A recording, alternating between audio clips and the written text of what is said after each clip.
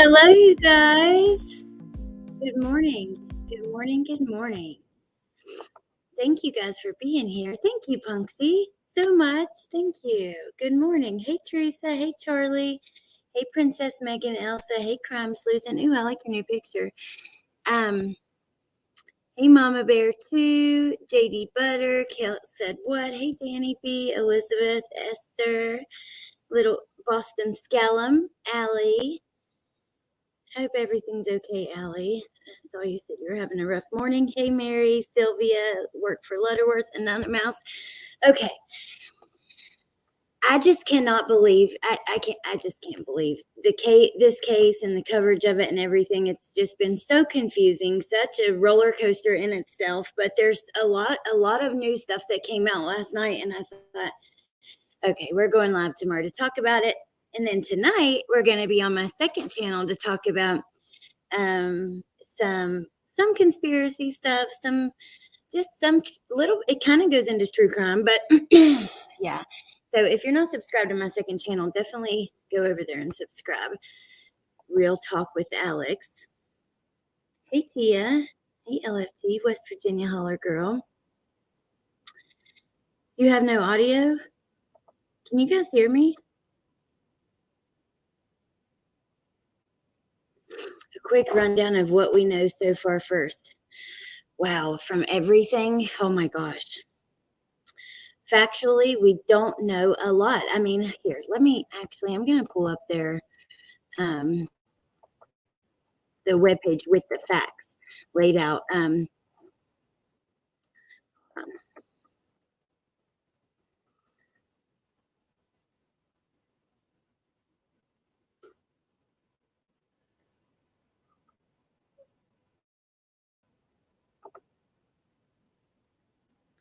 Just a second. Because there are some facts, there's not a lot. And the police have done a lot of saying one thing, having to walk that back, saying another thing. So they have an actual tab. I'm going to go back so I can show you how easy it is to get here.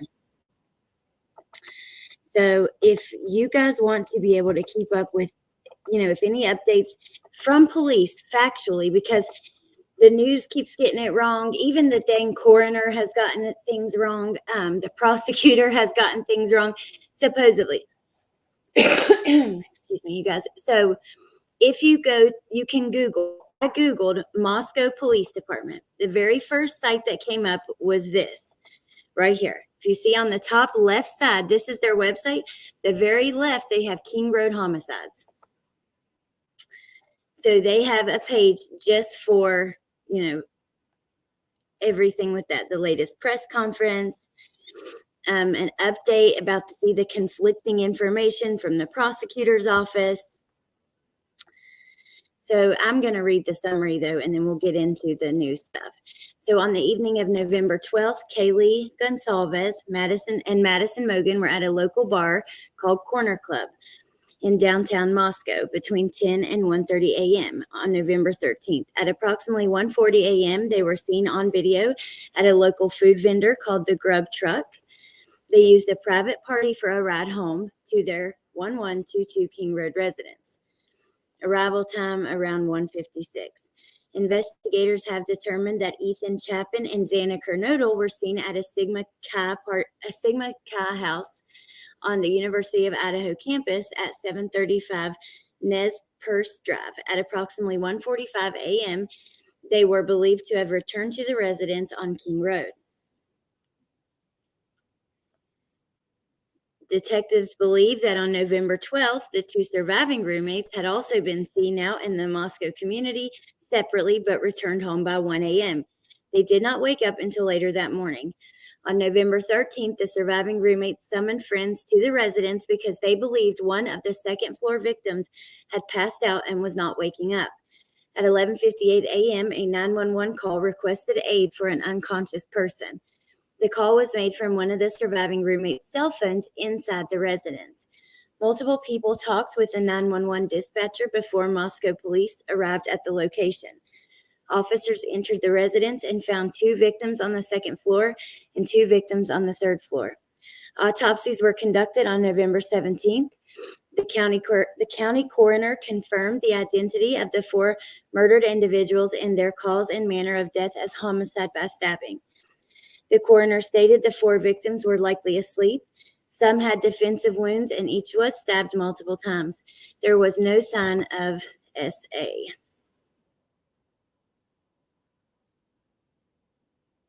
See, Teresa, the coroner said this is the thing that has stuck with me. Like, one of the things that has stuck with me the most, she said on Ashley Banfield that most of the victims had 1 fatal wound. So that led me to believe that one of them had several fatal wounds. Okay, then we're going to keep going because there's a little bit more.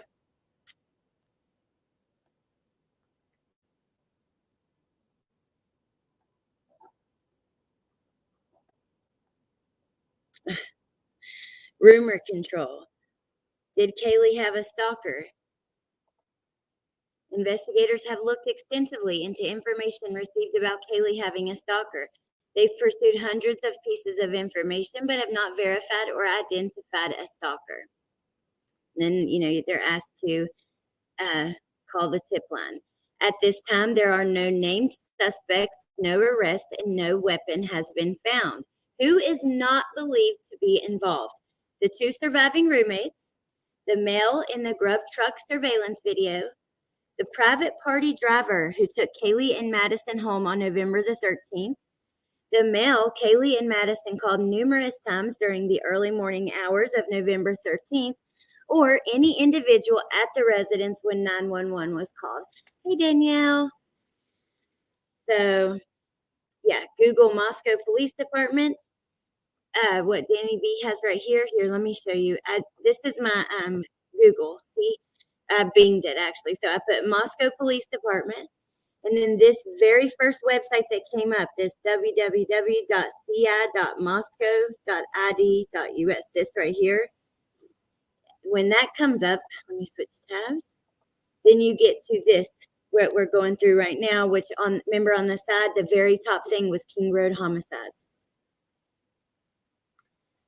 Who made the 911 call? On November 13th, the surviving roommates summoned friends to the residence because they believed one of the second floor victims had passed out and was not waking up. At 11:58 a.m., a 911 call requested aid for an unconscious person. So, Rambo, hold on, you guys. I heard that. That was Velcro at some point. Where did you do that? Here, come here. Get in here for a minute.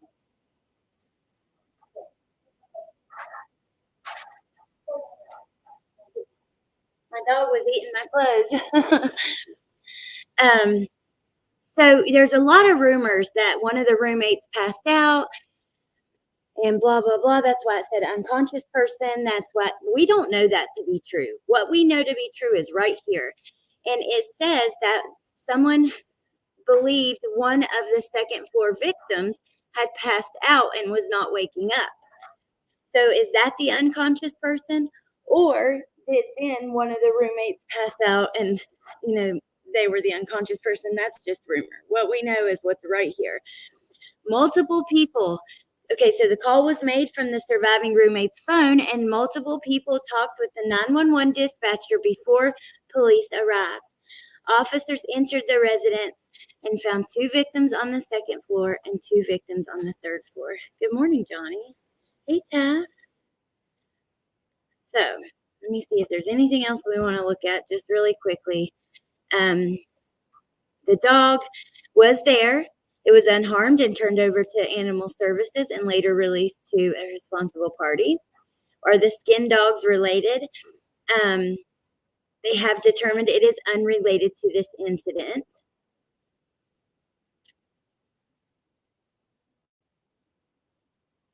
Most of the evidence will not be released to the public because it is a criminal matter, and that's kind of that. So that is like a rundown of what we know factually. Boom. There are so many rumors, and we have went through so many theories. I try to bring you guys, when I find something really interesting online. I try to bring it to you guys, and I did find a couple things that we're going to look at, some pictures, and then we're going to get into there is another roommate, a sixth roommate, which, wow, I mean, waited a while to throw that one out there, which is odd. And Jeremy did another interview and he gave his DNA to the police. So we're going to watch about the sixth roommate. We're going to watch his new interview. But first, I want to show you a couple little things that I screenshot and I thought we could look at. A fifth roommate. Wait, let me see. Yeah, so there's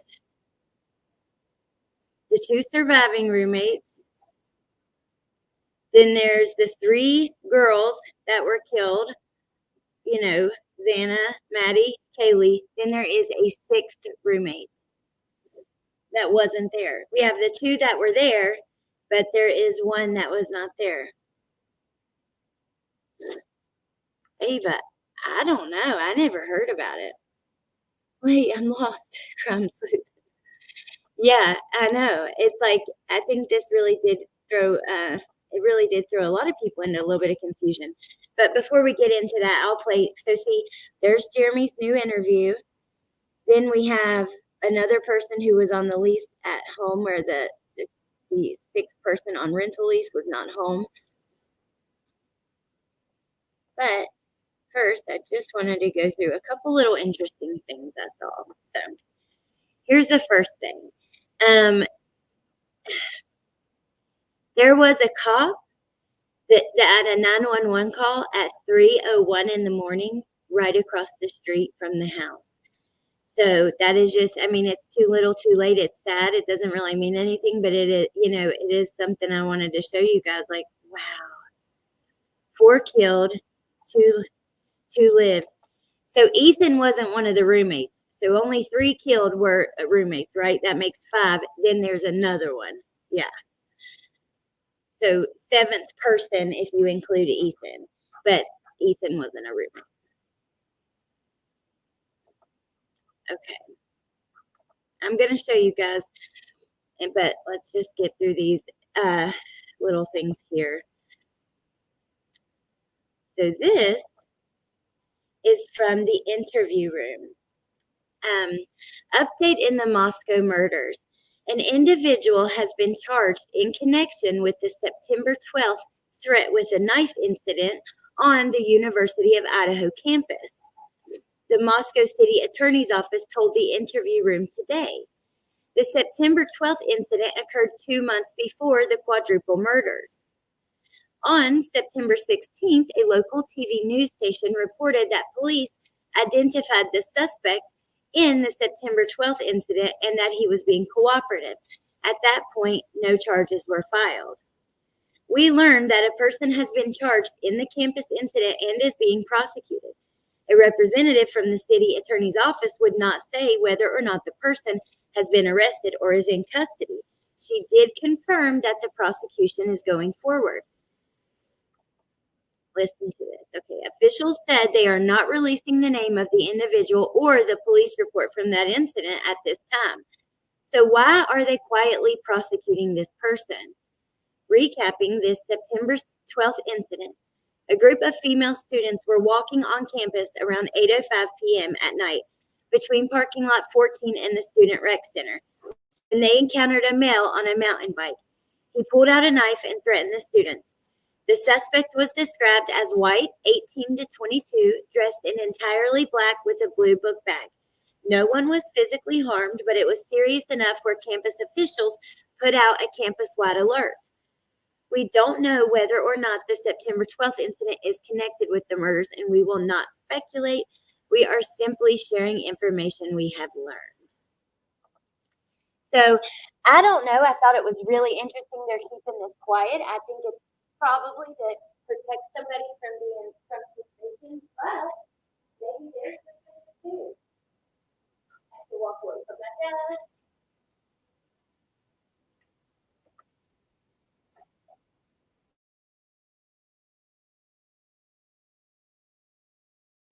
Hey, fugitive recovery agent. That person seems unrelated in my opinion. So do you think they don't want to talk about it to try because they don't want like suspicion, because they have said openly they will not put out a profile, that the profile they have, because they don't want people to become targets of the public. Oh, you're so welcome, Angela's Aging Essentials. Thank you guys for being here to help me kind of go through it all. Thank you, Allie. I'm okay, fugitive recovery agent. How are you? I could not get woke up today. I really couldn't.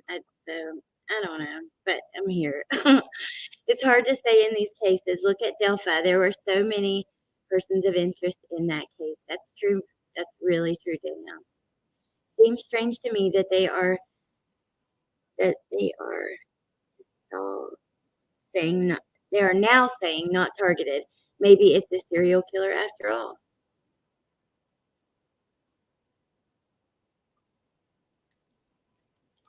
I'm tunneling. I walked away from my desk for a minute. Am I back to normal?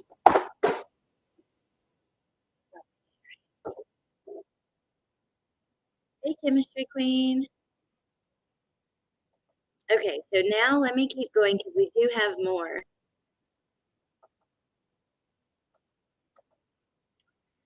This is interesting. So I did a TikTok. I did 3 TikToks on this case. I'm shocked because they're doing quite well. Like, let me look really fast. One of them has like over 100,000 views. One was at like 30,000. And I haven't done TikTok for a while, but it does make me want to get back to it. So yeah, one has 38, one has 120.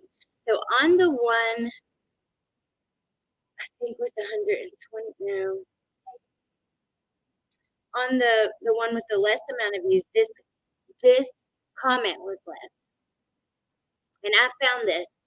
I noticed when I was on TikTok before and I had a video that would get like up in the hundreds of thousands of views. Every time people from the case would come and comment, people who knew them, it's like once you get into that amount of views, usually people involved are seeing what you're putting out there, right? So it was pretty normal for family members or friends or whatever to come and comment. Ambulance workers, I mean, I had one where a guy was like, hey, I was the ambulance driver in this case. Like, there was crazy stuff. But anyways, I got this comment. And I just thought it was interesting. I wanted to share it. They said, yeah, so crazy. That's my sister's apartment. She said to the apartment across the street. Remember we talked about, because in this TikTok, I showed the house, and then I showed them on the roofs, and then I'm showing the girl's Instagram that lives across the street they're friends with, and I mentioned the apartments. So the girl says, that's my sister's apartment. She woke up to see her friend's house taped off, and they wouldn't tell them anything.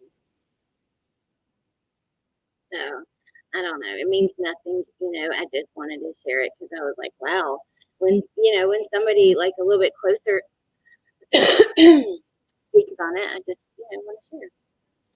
I thought they said it was an isolated target attack. Yeah, they did. At the beginning, they said the community is safe. Don't worry. This was an isolated targeted attack. Then they said, the house was targeted. Then, someone from the coroner's office speaks out and makes it seem like a specific victim was targeted. The family says, wait, someone is targeted. Actually, the prosecutor told a local reporter a victim was targeted for certain. And then the police come out and say, we don't know if the victim or the house was targeted. We just don't know. Well, then why did you say that? Oh, wow, Tess. That's cool. Okay. Now, I've seen this many times. I've actually seen the actual pictures. I can't find them now, but I wanted to just show y'all. So this person wrote in the Facebook group, hello, I'm somewhat new here, and I was watching a TikTok live last night that came across this really creepy photo that the host shared. The account of that creepy photo was deadly, and apparently his real name is Ryan, who is Jack Kay's friend and who knows the group that was tragically murdered. The text says, Sigma rule number 1, eliminate the biggest target in the room. It was posted September 20th. Ryan is holding the Rambo-type style knife that was used in the murder. suspicious, right? You know, and it could be nothing. I'm sure many people have knives like this. I am not insinuating it's him.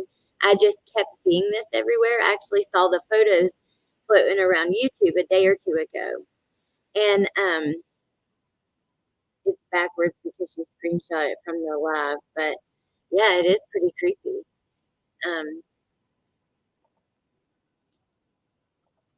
Keep it going. I think that may be the last thing. Okay, it is until we get to our videos.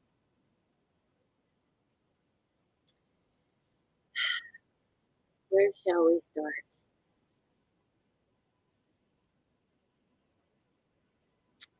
I guess we'll go ahead and start with the sixth roommate. Okay. So, and then we will go to Jeremy Reagan's new interview.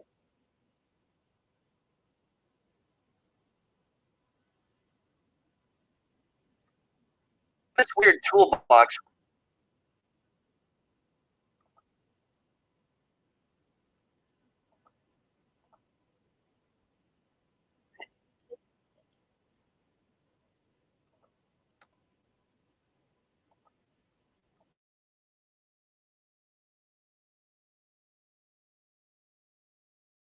Tonight in the investigation into the murder of 4 University of Idaho students. The Moscow Police Department says they are aware of a 6th person listed on the lease at the apartment where the murder happened, but they say they don't believe that person was there or present during the incident. A lot of information, both new and old, has been circulating about the murders of those 4 students. But what's true and what isn't? News Channel 7's Andrew Bartline verifies what we know and what we don't know about these new details. Since Moscow police began investigating the brutal murders of 4 University of Idaho students at an off-campus home on November 13, they have claimed it was a targeted attack. And then we're going to watch another one that goes into the 6th roommate, but let's keep, I want to finish this one just to see what they say about it being a targeted attack. And then we will go to the next one about the 6th roommate. Based on details of the scene, we believe this was an isolated, targeted attack on our victims. We've told the public very clearly from the beginning that we believe it was a targeted attack. On Wednesday, the Latah County prosecutor doubled down on those claims, saying investigators believe one of the victims was the intended target.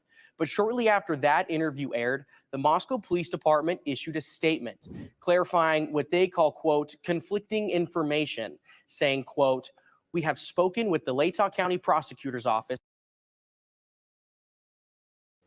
Wait, so the police very clearly say in 2 press conferences that it was a targeted attack, but then the prosecutor comes out and says that, and then they correct him and say that he's wrong? Well, what the hell? You know, that...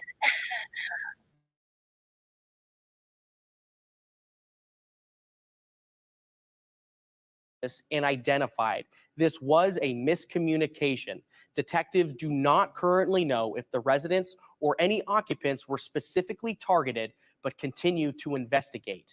And then Thursday morning, the Idaho State Police released another statement. We remained consistent in our belief that this was an intended targeted attack, but have not concluded if the target was the residents or its occupants. So at this time, based on the latest statements from Idaho State Police, this was a targeted attack.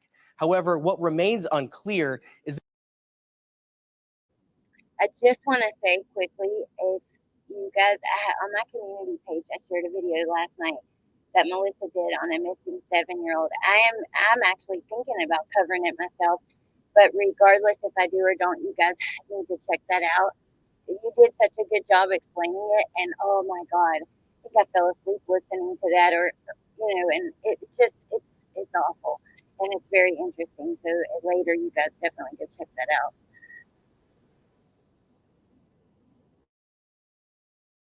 As if it was someone that was targeted or the home itself. Another new piece of information that's been put out there, Madison and Kaylee were in the same bed when they were killed. That's according to Kaylee's dad, who spoke at the vigil last night. So then they went to high schools together. Then they started looking at colleges. They came here together. They eventually get into the same apartment together. And in the end, they died together. in the same room, in the same bed. However, the Moscow Police Department has yet to release that information, so we cannot confirm that officially. What we do know, police say 2 victims were found on the 2nd floor and 2 on the 3rd floor. We also know Ethan did not live in the house, but was there the night of the murders. And finally, you know, the police aren't happy with Kaylee's family. They, you know, they have spoken out a few times and told us things that we didn't know before. Okay, let me find the other one about the other person on the lease. This weird new tool.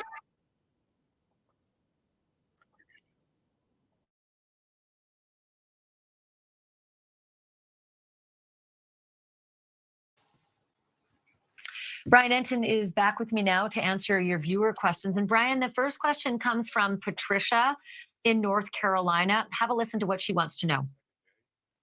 I had a quick question regarding Ethan and his former fraternity, Sigma Chi. I heard that they were announcing a scholarship in his name, but I saw some people a little suspicious of the timing of this. What exactly are your thoughts? Did this feel quick to anybody else? Did this feel like the right time to do this?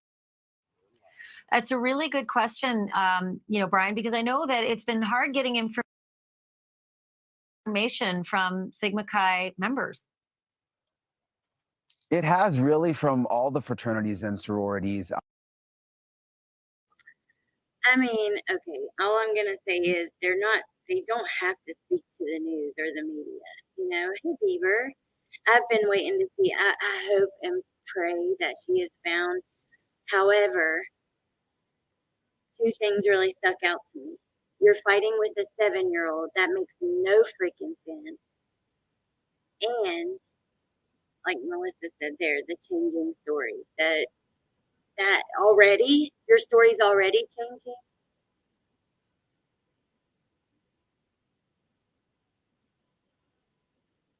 Brian is free.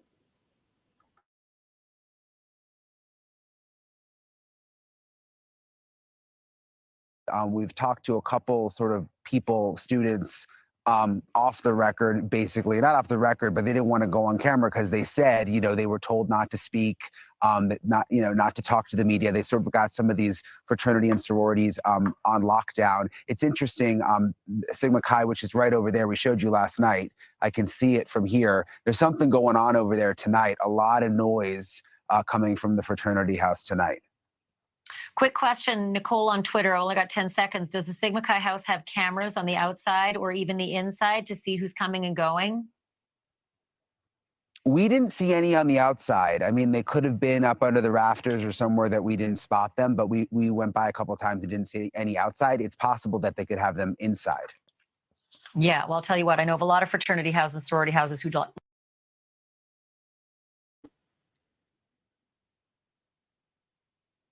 Nobody did, Jamie. No one, I know, with Santa's family. But you know what I saw last night on Twitter? I thought the same thing. And then I saw a man with the last name Kernodle posted a picture of a candle and an Ohio State flag from their house and said, Santa, we light a candle for you from home tonight. They're having something on their own, I believe. I wish I saved that. Let me look if I did while we finish listening to this. Because I do believe that they just couldn't be in person there. Lots of cameras inside just to make sure that they have, for litigation purposes. Brian, stick around. When we come back, I want to get an answer to that one question that's intrigued us the most about the newest Moscow police update. Okay, Brian Enton is back with me. And Brian, we have this comment from Giara, who wanted to ask something about the 6th roommate. Giara says, that is such a curveball fact to all of a sudden be put out there. Could that have been the target, perhaps that 6th person? It's a good question. And she's right. It does feel like a curveball. I wasn't expecting it to be released tonight. You and I talked about this, Ashley. I think either there's a reason police released that nugget on their own, or, which I think is more likely, perhaps someone dug up the lease, found out that there was a sixth roommate, inquired with police, and then they do sort of what they call rumor control. Maybe they just wanted to get ahead of it, and that's the reason they released it. That makes sense. Okay, Alexa. It is super weird why I released it. I found the Twitter thing, but why I released that yesterday, last night, like they did.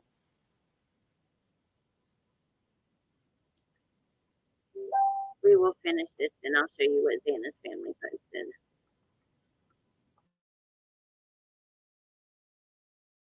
Alexa in Chicago sent us this video question. Have a listen. It's been confirmed that the dog was in fact home at the time of the murders, but where? Did the dog bark? Did it not bark? Because if it didn't bark, you would think that the intruder would be somebody who is familiar with the dog, familiar with the home, familiar with one or more of the victims, perhaps. It's a good question. Murphy the dog belonged to Kaylee. There's a lot of questions about that dog. Yeah, the dog keeps coming up, and I get it. I think there's a couple scenarios that could be at play. One, the dog did recognize the person. Of course, that's a possibility. Two, the dog is just not a barker. I mean, I've said it before. Yeah. I've got dogs that bark and dogs that don't bark. I mean, some dogs just don't bark no matter what. Or maybe the dog did bark. I mean, everyone's assuming the dog didn't bark. The dog could have barked, and maybe everyone was in the room. Okay, so I believe the dog did bark, and let me show you why. And then I'm also going to show you. This is what Xana's family posted on Twitter. I assume this is her father. I'm not sure, though, because I couldn't find out. I looked in the comments to see if anyone said, they didn't. And then I also looked at his past. He has a long history on Twitter, but in the most recent past, I couldn't find it. So no one was there at the vigil, but they were doing a candle for her. Now the dog barking. The dog could have barked, and I believe that it did. And there is a post I found about this that makes me think for sure the dog was barking. It's just that, number one, not many people probably heard it. Okay, here it is. Dog was barking. I watched an interview, and I would love to find this interview, of one of the neighbors who said the dog was barking from 3 to 4 and kept both himself and his wife up. He was about to walk over and complain when it stopped. The neighbor said he told the police this information. Has anyone seen this interview? And do you have the clip? I've been looking through my history, still cannot locate it. So, and the police don't know if the dog was barking. If the police were there at the house between 3 and 4, then this wouldn't have happened. So the sixth roommate, I don't know why it came out. I know that they were on the lease. I don't know if they lived there or not, but they were not there at the time. That's what police said. That's really all I know. Okay, now we're going to look at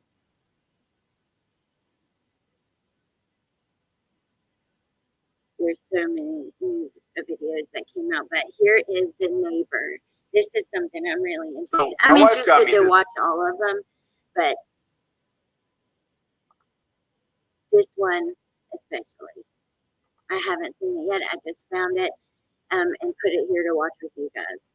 I'm like, oh my God, he's been on again. And he went and gave his DNA on his own, which, I mean, can you imagine being blamed for something like this? Even just because you're a little weird or whatever. Hey, Emily.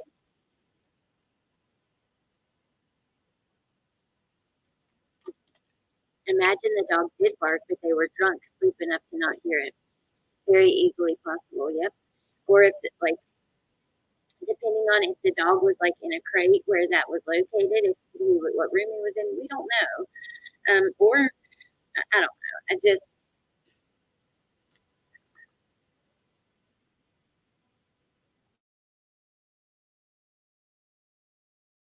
They actually didn't reach out to me. I just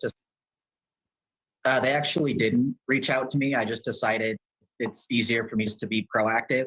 And so yesterday I just went to the police station I walked in, I said, here's my name, I'm Jeremy Reagan. Yesterday I was talked to by the police. The two officers that had interviewed me weren't there, but a different officer was like, all right, give me just a second. So he went, grabbed one of the mouth swabs, came, took me into one of the rooms there, did a mouth swab and said, all right, you're good to go.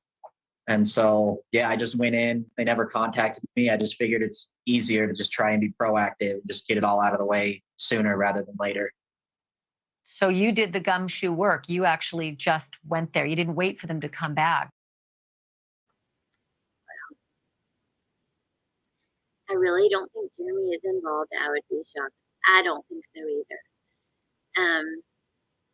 I do think he has odd behavior. I mean, people get mad over me saying that. He was odd, and I'm not talking about him like negatively. I'm freaking odd, and I guarantee you, if I had to be interviewed about something like I mean, nobody's gonna be normal. I'm someone like me who's used to talking to people or someone someone who has a YouTube channel or goes on camera a lot or whatever. They may do a little better, but think about. I remember the first time when I first started coming on YouTube. Anybody who's got a channel knows. Or if you don't, just imagine, it makes you're nervous as hell. I mean, I was trembling. I had I was using an old iPhone 6 or something. And then I switched to a Samsung 9, Galaxy 9.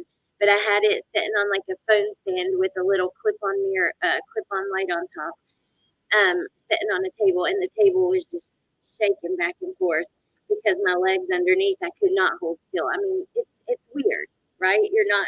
So I don't know. So this is Jeremy on the screen. Jeremy is a neighbor. Jeremy is a neighbor who got a lot of attention because he did many interviews. So hey, Chris. Xana was one of the victims. Yes. We do know that for sure.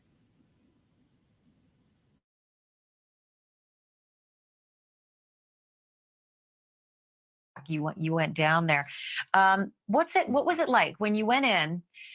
You just gave me a cursory description of what working with that police department was like, but did it seem like it was a den of activity? Was it busy? Did they seem confused as to who you were? Were they happy to see you? Did they give you any information for a follow-up? Did they say they wanted to interview you at all? Like what was your interaction like? So when I walked in, it was just a couple of people behind that front desk there. And then the people that were there didn't know me or recognize me because I hadn't seen them before either. They also didn't seem to really know my name. So I don't know if they were specifically dealing with the case or not. But yeah, it was just, I walked in, I said, here's my name. They said, all right, cool. Alex, remember when you asked how we thought they saw in the dark? I remember a serial killer rape structure, which one who would use a flashlight to blind the victims from seeing. Wow. 6 roommate graduated and moved in October. Thank you, J. Lord. One of my neighbors passed away. And when the cops came to ask me if I knew them, I was shaking like hell for no reason. See? I do that when I've been pulled over and I'm literally doing nothing wrong. I'm totally legal. I'm not doing anything illegal in my vehicle, whatever. And I'm like, my hands are shaking as I'm handing them the papers. You know what I mean? I look like I'm guilty as hell of something.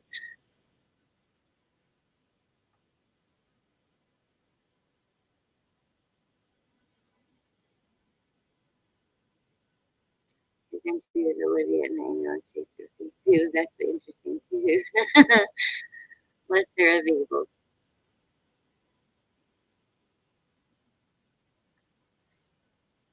Julie, I don't know. It's starting to, I don't know. There is a interview that went up last night. I had from it. Let me see. It's the former FBI director who's talking about it, and then they are talking about a scholarship for Ethan from the fraternity. I have a video on that, but yeah, I don't know.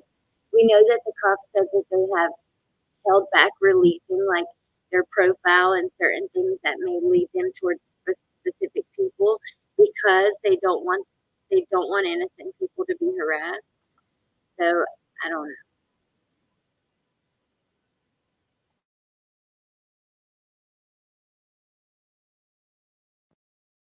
know. And I couldn't remember the name of the officers that had come to interview me, because that's the first thing they had asked, is who were the officers that did it. And I was like, I don't know, but I have the phone number if that'll help you know who it was. But yeah, it wasn't busy in there at the time. I think at that point, officers were both out and about through town, but also getting ready to go to the vigil and just make sure everything there was fine. Because when I went to the police station itself, there were just those three people, like I said, behind the front desk. I don't know if anyone else was in the back.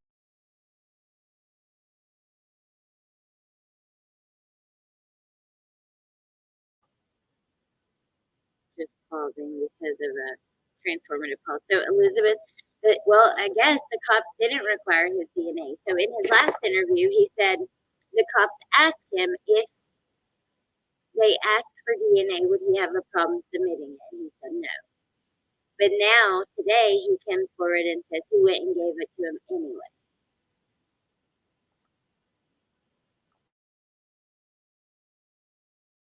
Back, I obviously didn't get to go back there.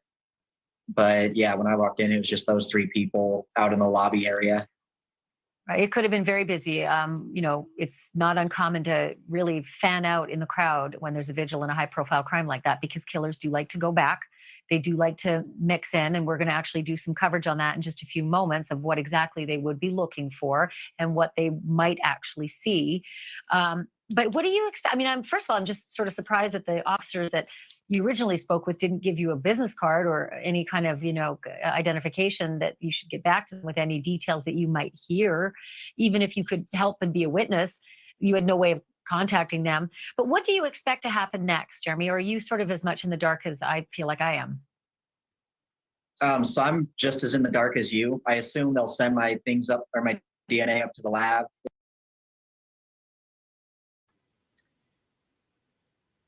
That seems a little much. Yeah, I was gonna say, chillin'. Why do you think so? I mean, I don't know, I just doesn't really scream political to me. Hey, Jordan, good to see you, beautiful.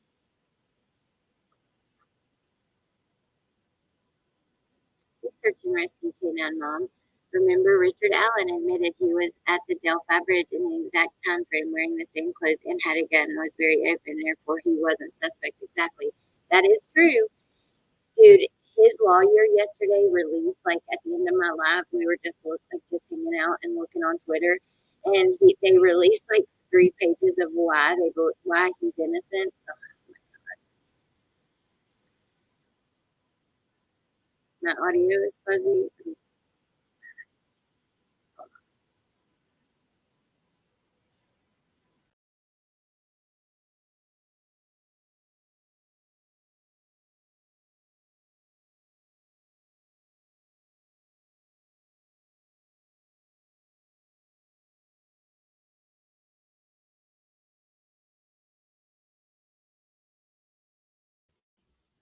What about now?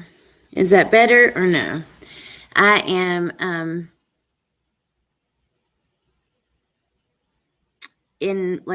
I'm kind of far away from the router.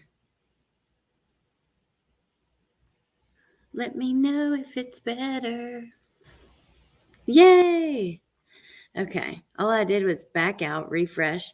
I'm gonna turn on my camera for a second. I look like crap. I'm still in yesterday's makeup and clothes. I gotta take a shower, but I'm over here at my house, and the router is at my mom's house next door, so it's kind of far away.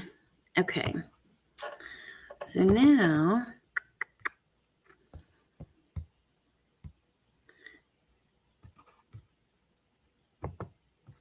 I guess I do. I just watched this, but I did find it really interesting. I grabbed it from the channel, The Unchained Truth Sleuth. I know that you could probably find it on Deets on the Street. Wi-Fi booster, add to cart. LFT, I need to get one for over here. Like, what, could I do that? Is the audio bad again, or are they behind? Oh, God.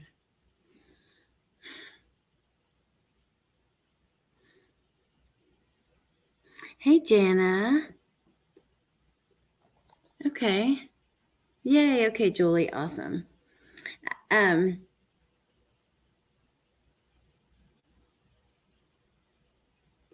I'll go check the message in a minute. Let me pull this up. I guess, like, could you get a Wi-Fi booster for over here? You know what I mean? And then the router's over there or whatever. Does that make sense? I don't know. I don't know anything about that. All I know is that the internet here, like in West Virginia where I was, it's fiber optic and it's way better. Here, sometimes it'll take like 4 hours to upload a TikTok. Actually, it took me like 28 hours to get my last one up. Okay, so this is Kaylee Gonsalves. Okay, remember at the vigil the other day, he said that Kaylee and Maddie were in the same bed. Well, after that, he does this interview and they discuss that. Fuck you, I think. Okay, dude. Your name, Chillin', does not fit your personality. And you gotta go, buddy. Just because I said it doesn't seem super political. Hey, Bree. Damn. I'm really making people mad today. Oh, thank you, Angela. I feel like I look like crap. I shouldn't be sleeping in my makeup and stuff, but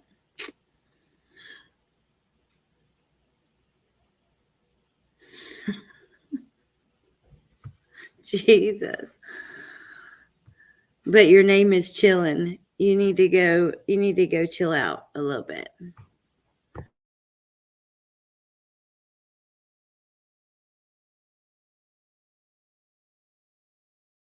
I want to get your reaction to this confusion of it. It's targeted, not targeted. Maybe the people in the house, maybe it was the residents. What can you tell us about that? I'm going to put the link in the chat. I don't like it one bit. I know these statements take like hours and multiple individuals to review. It's not like this was something said on the side of the street within the first 5 hours of the case.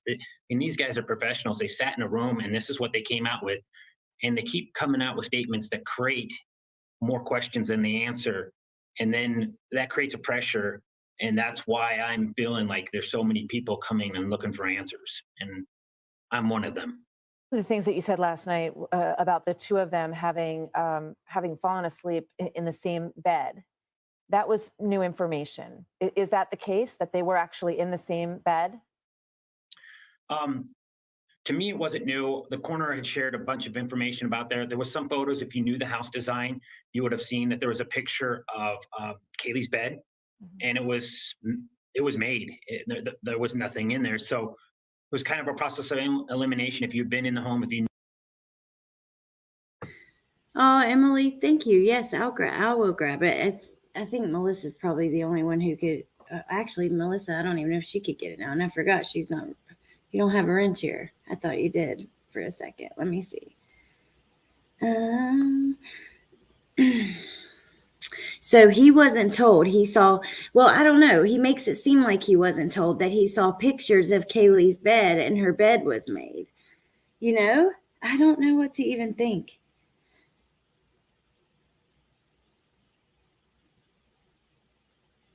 I don't know. I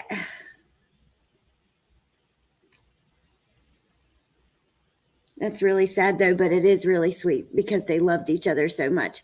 I think they went to separate elementary schools. They met in middle school.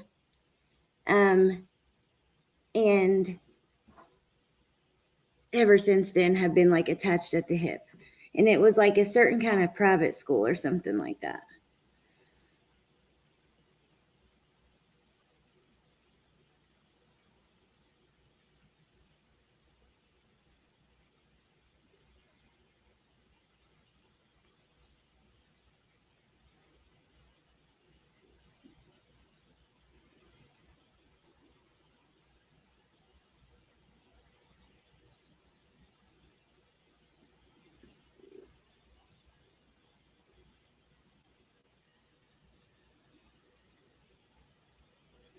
Sorry, you guys. I was trying to grab this from my other chat.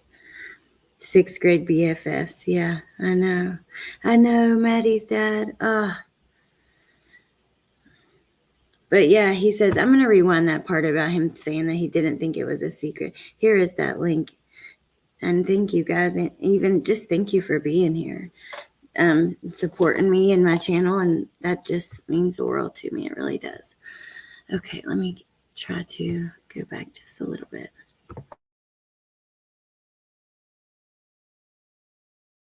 New of Kaylee. To me, it wasn't new. The coroner had shared a bunch of information about there. There was some photos. If you knew the house design, you would have seen that there was a picture of Kaylee's bed, and it was made. There was nothing in there. So it was kind of a process of elimination. If you'd been in the home, if you knew the inside information, like I knew that was my daughter's room. So to me, it had been out, but I'm sure they're not happy with me saying that. And I didn't mean to.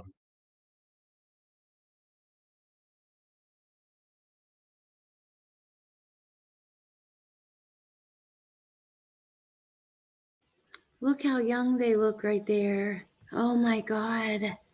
They just look like babies. Okay, Jordan, I'll show you again after this. Her family did post something on Twitter, a candle at the time of the vigil. And then look at them there. My God. It's sad. But Jana, I think that's a great idea. I really, really do. I didn't mean to say something that was Yeah, of course supposed to be on the wraps, but Of course I've not. told them, you got to work with me. You got to tell me what to say and what not to say, and I'll listen. But sometimes they're scared to give me those advices, and I understand. Let me ask you, because of something that you said when you spoke with Lawrence Jones, do you believe that people on this campus know something that the rest of us don't know? Do you think that there was a stalker involved in this case? I don't think it matters what I particularly feel. I just want them to follow the evidence. I think even people who think they don't have information, I know people have been scared to share stuff because of there may be a alcohol or drugs or something in the background. I've tried to work with them to let everybody know that that's not what they're working on. But I've definitely heard from people that they're scared to submit stuff. It could be a party. It could be anything around that neighborhood within that time that could help us. And Oh my gosh, look at these pictures, you guys. Oh my goodness, look at them. Are they at like a cruise or something? Oh my gosh. How sweet. That's so sad.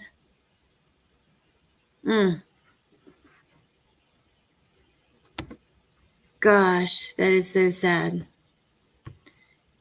I just wonder, were they just like laying in bed together after they got home on their phones, or I don't know.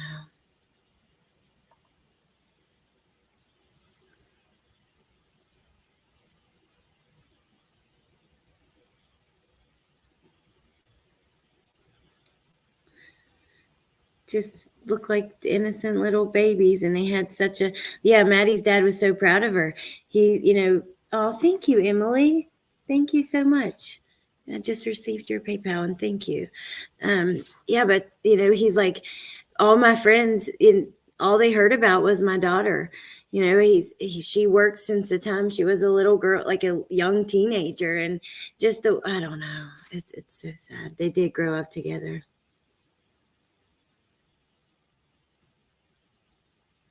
Yep, one of the victims followed some true crime stuff. That was Kaylee, right? They did have an extremely tight bond. But that makes me wonder again, you guys. It's like with Ethan and Xana. This puts everything in a different, perspective. Because, look, you can go into a room and maybe do this to one person and catch them off guard. But isn't the other person going to wake up and maybe make some noise, try to fight, try to get away? You know what I mean? Because that's always what I thought about Ethan and Xana. Like, there would be the ones that I thought would possibly wake up a roommate or something like that by screaming, yelling, fighting. So now, knowing that Kaylee and Maddie were in the same bed, it's the same thing. And Steph B, yeah, you can, Allie. Of course, I have been awful at keeping up with my messages and emails the last couple of days, but I promise I will get it together. I promise you guys. And yes, definitely email me. But you know what I mean? I don't know. You could think they were biological sisters. They actually even look alike in some pictures. They really do. I have wondered, though, if the killer not necessarily watches my streams, but watches, like, definitely mainstream media and probably some of the bigger channels. You got to think about it. You got Stephanie Harlow and these bigger channels talking about it. You know that it's being seen.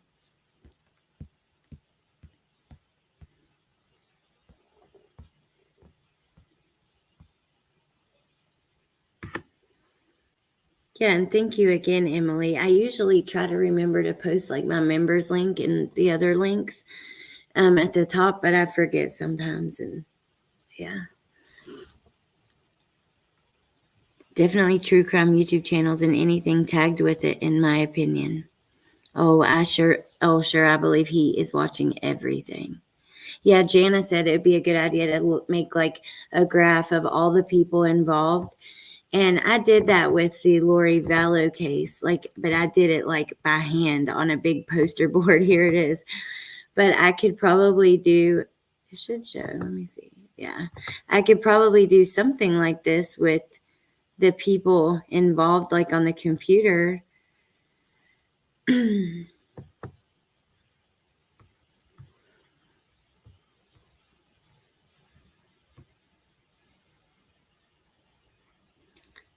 I wonder if they were being threatened by a gun too. I thought about that, like Delphi, like, using a gun to scare them.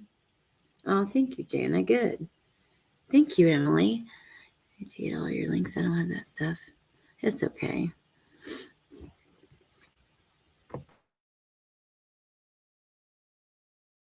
As those officers in that room. You said something about, someone's car could be, in a selfie or a video of a person who said that they had an alibi, but the car isn't where it was supposed to be.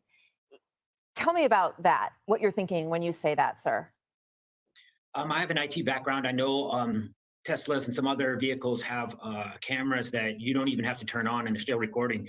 And there's some chips in there that you can pull data off. I know that's the way the Wi-Fi's work. So this individual could have came into these homes and partied and done things, and that data can be captured. I want this guy to be fair. I want him to be scared. I don't want him to be confident. I want him to be sick of seeing my face. And I'm not going nowhere until this guy's off the streets. Him naming the Tesla is quite specific, right? And saying that, somebody says they were a certain place, but their vehicle and selfie, I'm confused. I got to replay that. That is, he definitely knows more. We know he knows more anyways, but I think he's hinting to something.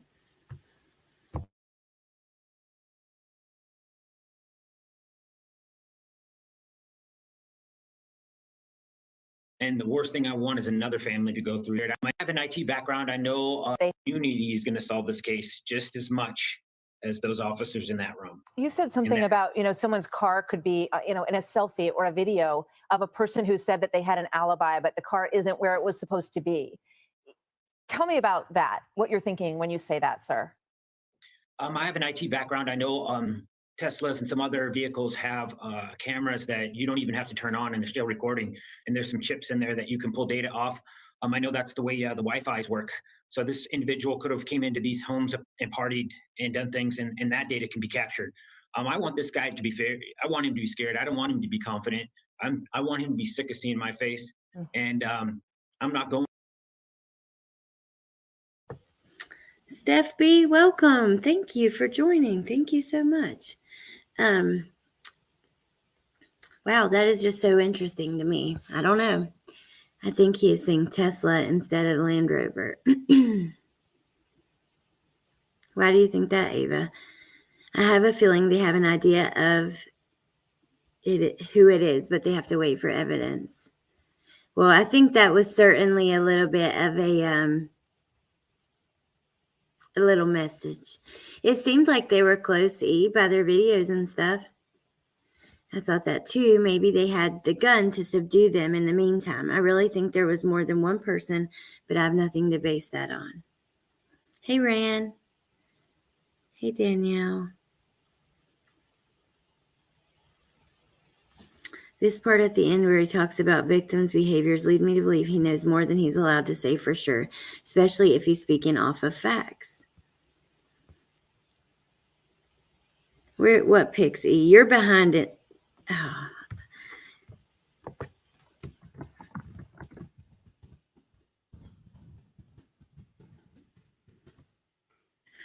The ones I show are from Facebook, but they're behind. So, okay, let me finish playing the end of this so we can try to see like his coded, I don't know.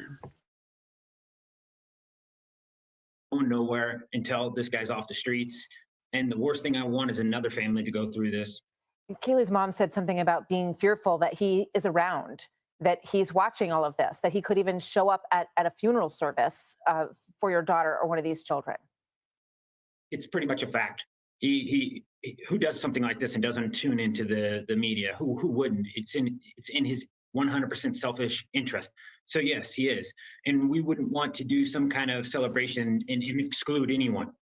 So yeah, he could easily be there, and that's a sick kind of twisted person that would do this kind of crime. You know, when you talked about getting into the phone, you said we have family passwords, and we were able to get in there.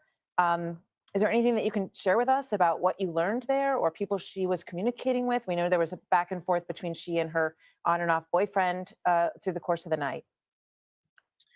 There was a little edit. There was some information. We were able to get that to the police officers. I think it definitely helped them. Is there anything that you can share with us about what you learned there or people she was communicating with? We know there was a back and forth between she and her on and off boyfriend through the course of the night. There was a little edit. There was some information. We were able to get that to the police officers. I think it definitely helped them. I know the behavior footprint afterwards, it did definitely get some more things in the works. But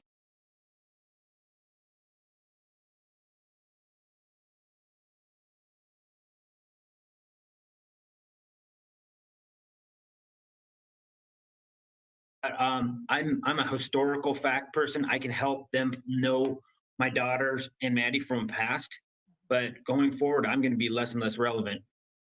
Do you believe that your daughter was the target, or do you have any reason to think that that she was over someone else, or that someone else was? I do have some inkling that there was some behavior difference. I call them a footprint. When you commit a crime, you do different behaviors. I've asked permission to give any of that out, and they told me no, it would not be beneficial. So I've held back on that, and I try to keep my word. I'm sorry, behavior of her or someone she knew? Behavior of the victims.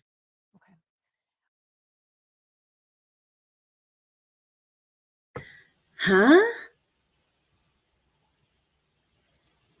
No, the sixth roommate is not Murphy.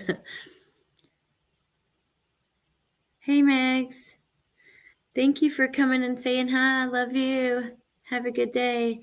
What the heck? Bree, that is weird.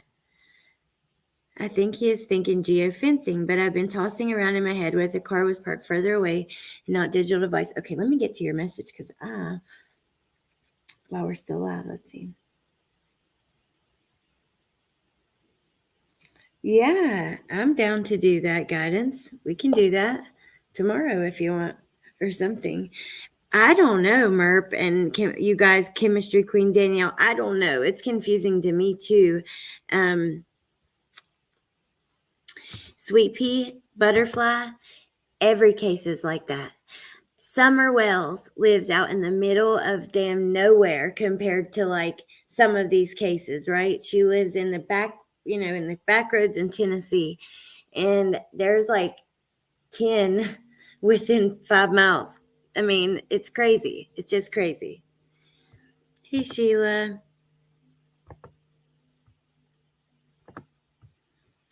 It is weird that the father is proactively involved in his daughter murder. See, I don't think so. I'm telling you what, somebody hurt one of my babies. Number one, if I can control myself not to rip their every organ out of their body and just destroy them or something. I don't know. If I could control myself to not claw their eyes out. Oh, you better believe I would fight tooth and nail till the very end to make sure everything was uncovered and everybody who had anything to do with it paid for it. See, that's as far, Bree, as this one goes. He did say the behavior of the victims just now in what we watched, but hey, Sheila. Okay, hold on. I do have a couple other things that we can check out too from last night. One is from a recent. Oh, Jordan, are you still in here?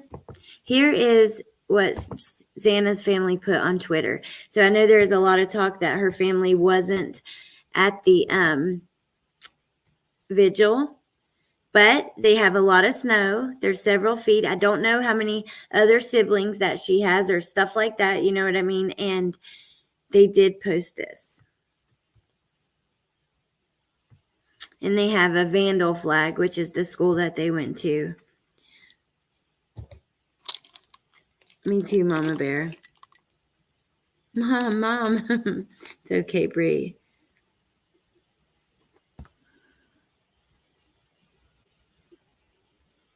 No, not in their fashion. You're right.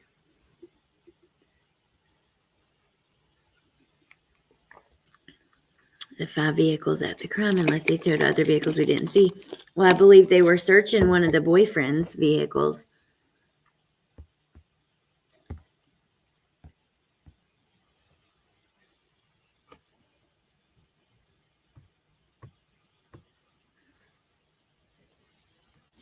How is the father talking to the media helping the case? I'm just thinking this, no other judgment. Well, I don't know. I think he's trying to do an investigation on his own with, separate from the police. And he wants to keep Kaylee's face out there until I think the killer is found. I guess that's kind of what I think, but I don't know.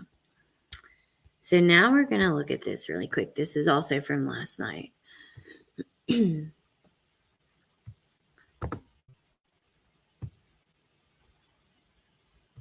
Assessing Forensics with former FBI director from Ashley Banfield's show, which I love News Nation. That's like for true crime news, they do really good.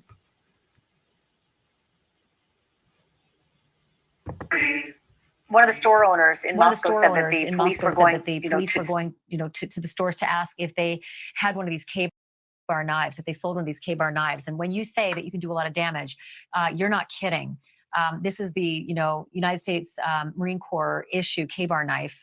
It doesn't have that serrated top that was talked about with the the Rambo style knife, because it's not necessarily clear that that is exactly what the killer used. But I think you're right, and the coroner did say to me that many of the wounds actually could have been lethal on their own. But you're right, subduing. Now, wait a minute. We have the clip. She said that most of the victims had one fatal wound, but most of them had one fatal wound. She said they were stabbings, not slashings. So she's kind of twisting even what she said. And we have that clip. Like if we go back a little bit, I know I could pull it right up.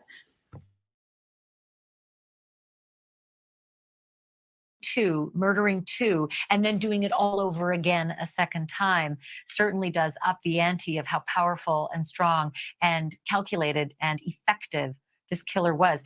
Talk about the forensics, though. Now you've got more than likely Ethan and Xana killed together in the same bed, and the mix of those forensics, but then upstairs as well, Kaylee and Maddie. And that mix of forensics, not to mention this house, which is not like a single family home. there's been, untold number of people through there, as a college house would be, parties and fun and friends and former tenants. This is also something I've worried about and talked about. But Julie, thank you. I really appreciate how you actually address most of the questions, comments from chat. Oh, thank you, Julie. You know what? I get comments. People get mad. I got a comment the other day that was like, you bring really good information and I love listening to you, but you won't stop interrupting and talking to the chat. And I'm like, yeah, it's alive. If I do a pre-recorded video, dude, I appreciate you guys being here with me. It means the world to me. You're spending the last hour, and anyone who spent any of this last hour and 12 minutes with me, that means the world to me. I'm going to talk to you guys.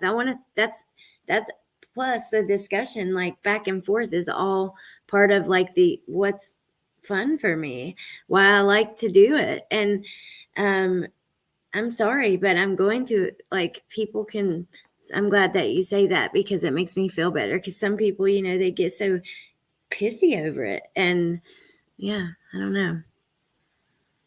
Dang if you do, dang if you don't. Yep, absolutely.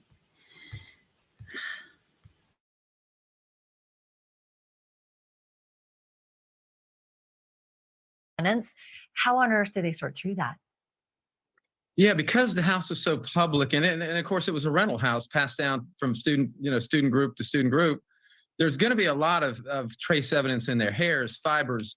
I think the most important piece of evidence here is going to be blood.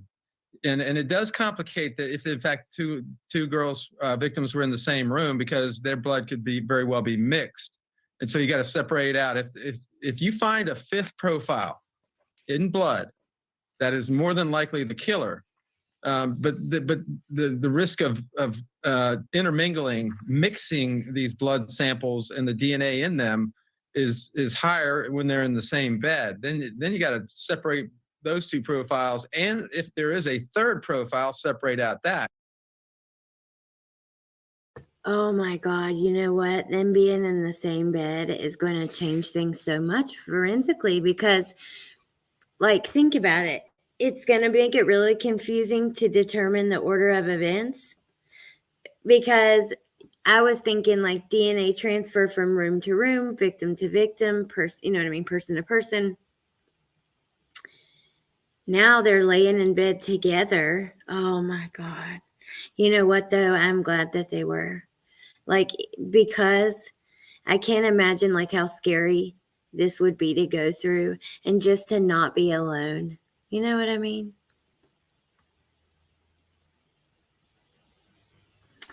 Detectives don't sit in a room alone and discuss this. They build off of each other's experience. Why shouldn't we? I'm interested, because thank you, Combat Vet Price, because it's interesting. Oh, thank you, Mel. Well, I won't. I'm stuck in my ways now.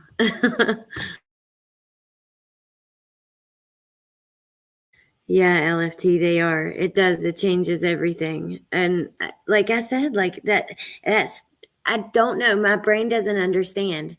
The two people in one room, I just think that would make the chances of them being loud a lot higher.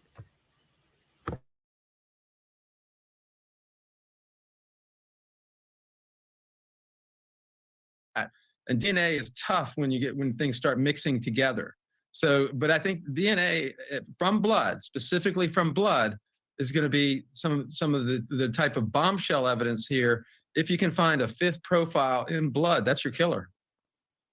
And then also, if there is some trace evidence like fiber or fingerprints or a hair that is mixed in with the blood, that's in an area that wouldn't be a past tenant or a floor or a surface somewhere, but instead on that body.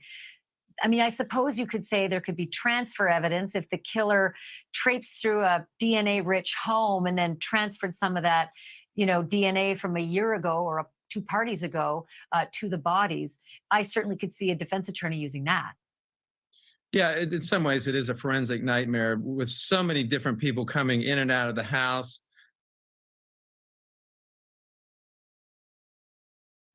My God, you guys. If he even got wounded, you know, they're gonna if they can get DNA, then then he has to be in the system, which they've obviously taken DNA. But look, think of this: you've got 4 victims. Okay, this is trigger warning. There's a lot of blood. Okay, we saw it literally coming from the foundation of the home. So they're going to have to test so many different areas of that same blood because they don't know which, only like 2 drops out of 5,000 could be the killers, right? You know what I mean? Oh my God. No wonder they were there for weeks, 2 weeks at least.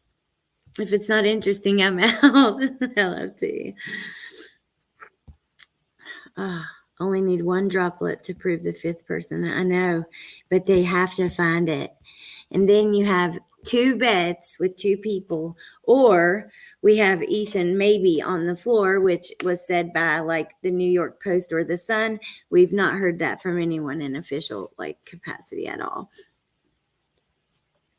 Question. Do we know if Ethan was blocking the door or was it locked and that's why they couldn't get in? I remember hearing the killer lock the door. So that is a rumor that is going around, like it's a theory. We don't know for sure. Some people think that could be why they thought the one of the victims was unconscious and not responding because maybe they couldn't fully see them, because you would think they would see the blood and the, you know. So we don't know. It's a theory. We also have the police saying they were all sleeping in that in their beds. So an article from the Sun came out and said that he was found in the floor.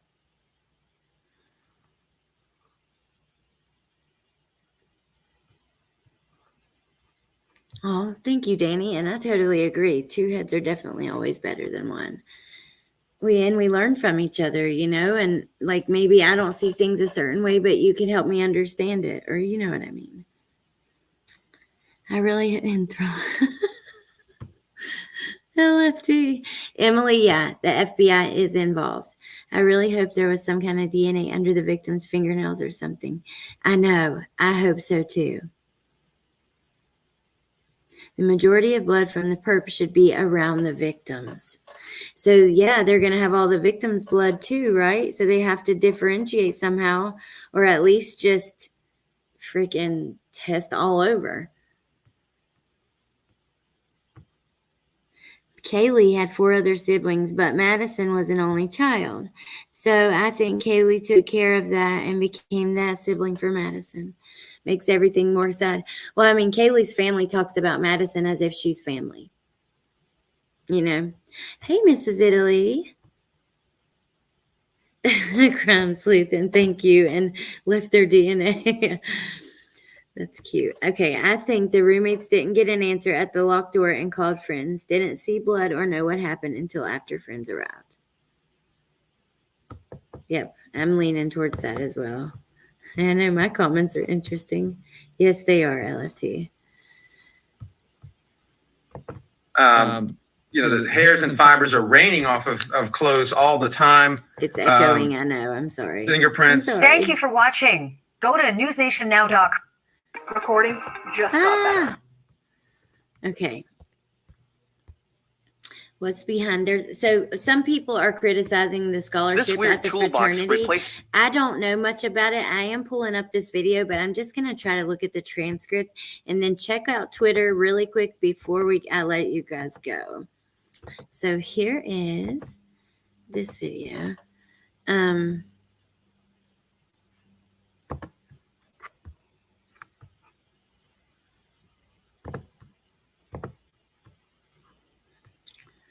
To answer your viewer questions, I heard Sigma Chi was announcing a scholarship in his name, but I saw some people a little suspicious of the timing of this. What exactly are your thoughts to this? Does anybody else feel like this isn't the right time to do this? Brian said that's a really good question. Wait, who is he asking? Let's see. We got to watch it. Is quickly becoming the most popular Christmas gift of 2022. Does this feel like the right time to do this? That's a really good question, Brian, because I know that it's been hard getting information. What exactly are your thoughts? Did this feel people a little suspicious of the timing of this? What exactly are your thoughts? Did this feel quick to anybody else? Did this feel like the right time to do this? That's a really good question, Brian, because I know that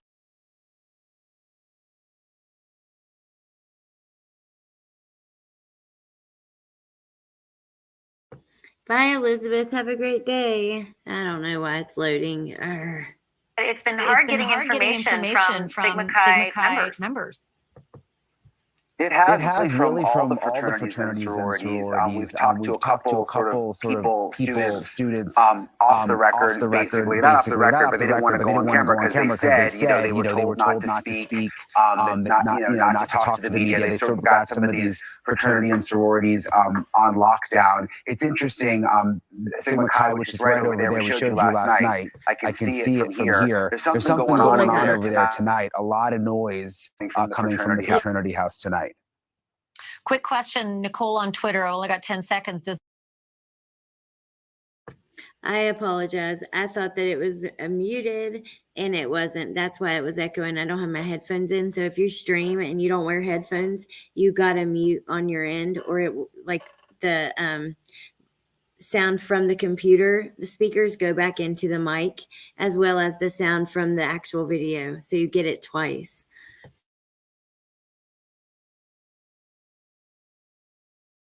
Does the Sigma Chi house have cameras on the outside or even the inside to see who's coming and going?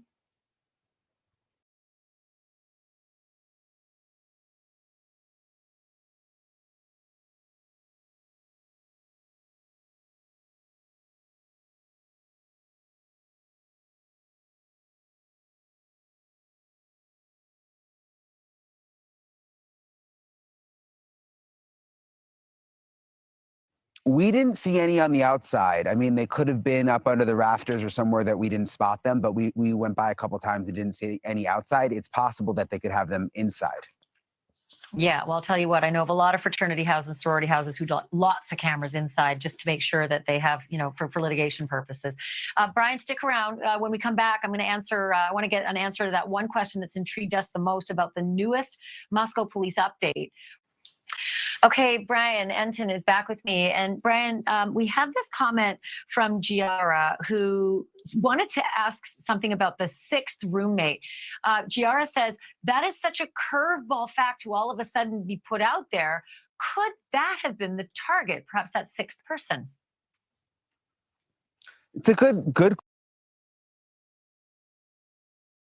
We already saw that. I swear we already went through that. I'm just going to stop it and go to Twitter before we go.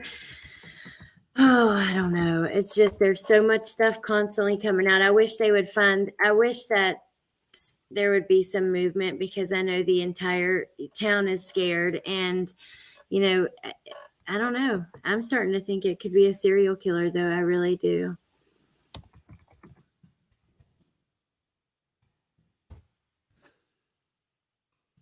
Okay.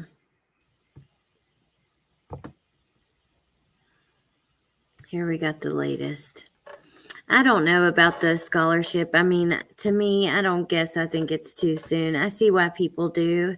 And I know that they've told people not to talk to the press, but I'm sure that they are encouraging them to cooperate with police.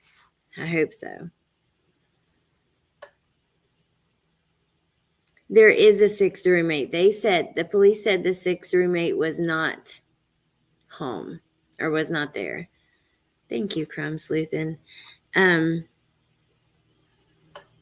cousin's son unalived himself in grade 12. My cousin and his wife started a scholarship that year. I'm so sorry. I hear kids are deleting Facebook posts. Well, a lot of things got set to private as well from different sorority and fraternity pages. But, she's right. That's a good point. A lot of times you would think, at least, that sororities and fraternities would be full of cameras because we always have like hazing accusations and different things that happen. So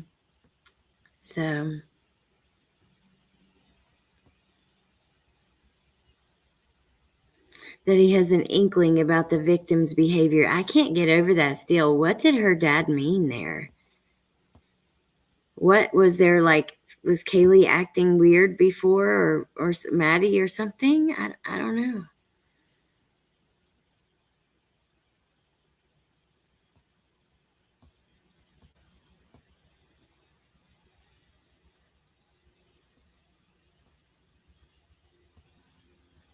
Mm-mm.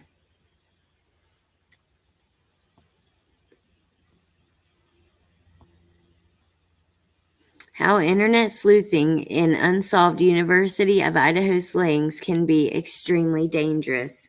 Let's look at this. Facebook groups.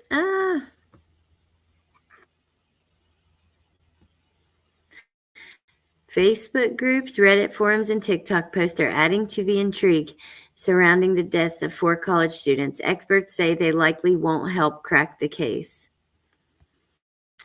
As authorities continued to release conflicting statements on the killings of the U of I students, mounting questions around the case have fueled frustration toward police and given rise to amateur detectives determined to crack it. The prosecutor's office said one or more of the occupants was undoubtedly targeted.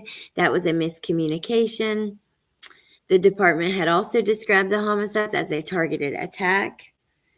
They've got hundreds of tips and calls to local, state, and federal investigators as a result of cyber sleuthing.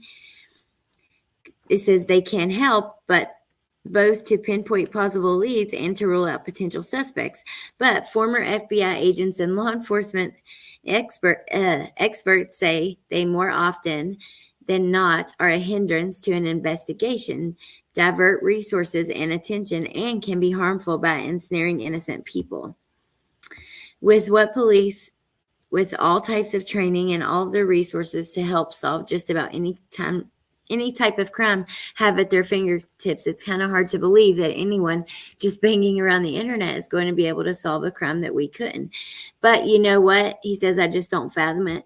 I will say it does happen though, right? We've seen different podcasts solve crimes. We've seen in Gabby Petito's case. So it does happen.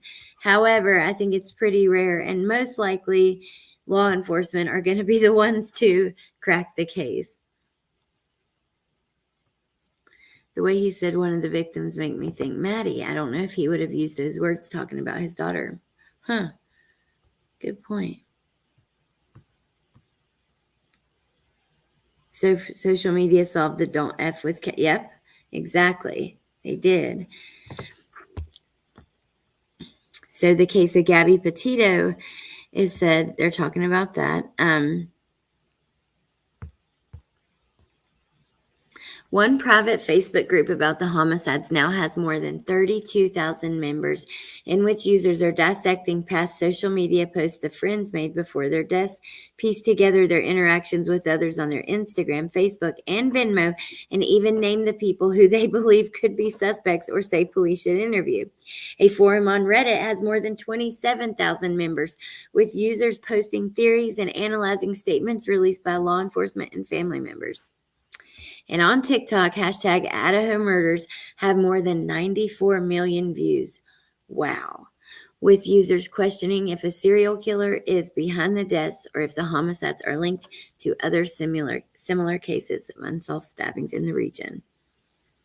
Holy cow. The conflicting statements about the targeted stuff have concerned students, while the conjecture based on what people have found through internet searches and social media have apparently vexed Moscow police, who said Sunday they received nearly 500 digital tips to an FBI page dedicated to the case. There is speculation without factual backing, stoking community fears and spreading false facts. So that's why they did the website thing. we need to be really careful. I've seen a lot of things. I've seen people come to me and tell me many things are facts that I know for sure are just, comments or opinions or things like that, because we have the list of what has been, the facts. And we went over that at the beginning.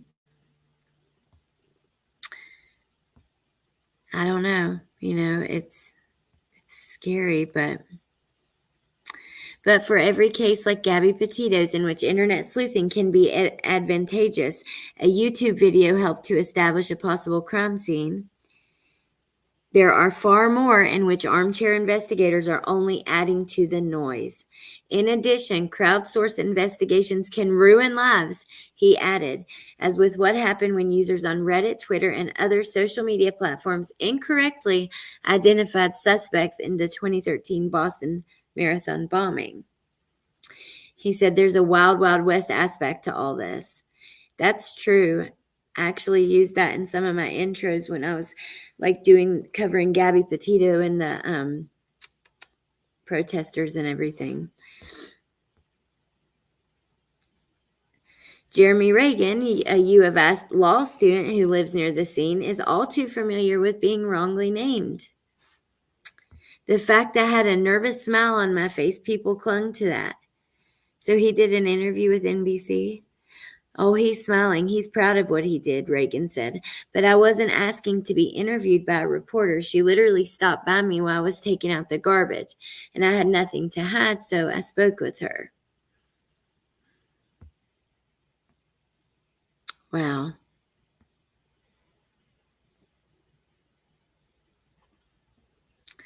Yeah, I think I want to be really careful that my page never turns to a place where we are hurting the case, where we are hurting victims, where we're falsely accusing people. I never, that's just awful.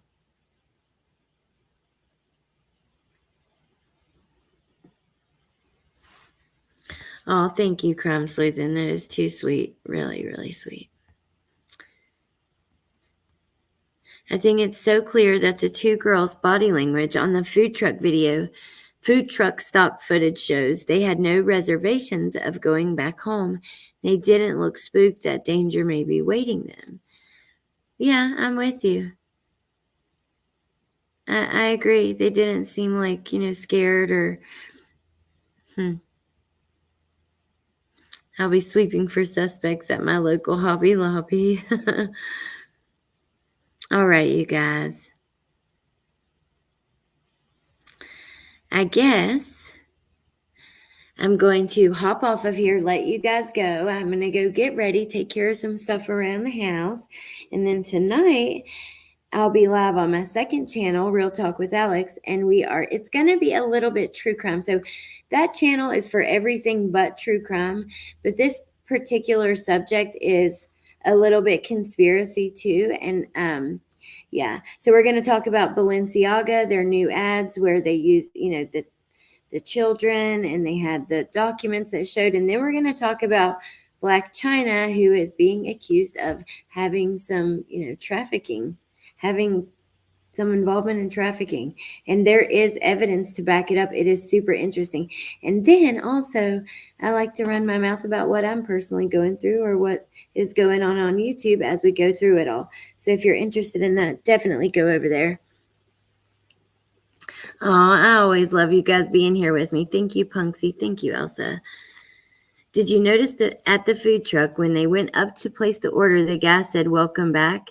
Do you think they had been there previously in the night? I've heard that tossed around a little bit. I don't know.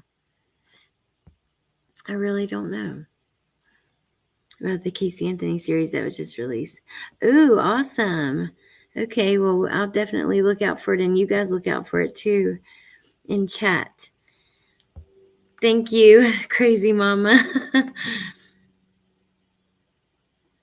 Oh, awesome, Mama Bear. All right, I love you guys. I hope you have a great day, and yeah, I'll see you soon. Okay, thank you, mods. Thank you, chat. You really do mean the world to me, and I appreciate you so much. And yeah, have a good day. See you soon. Bye.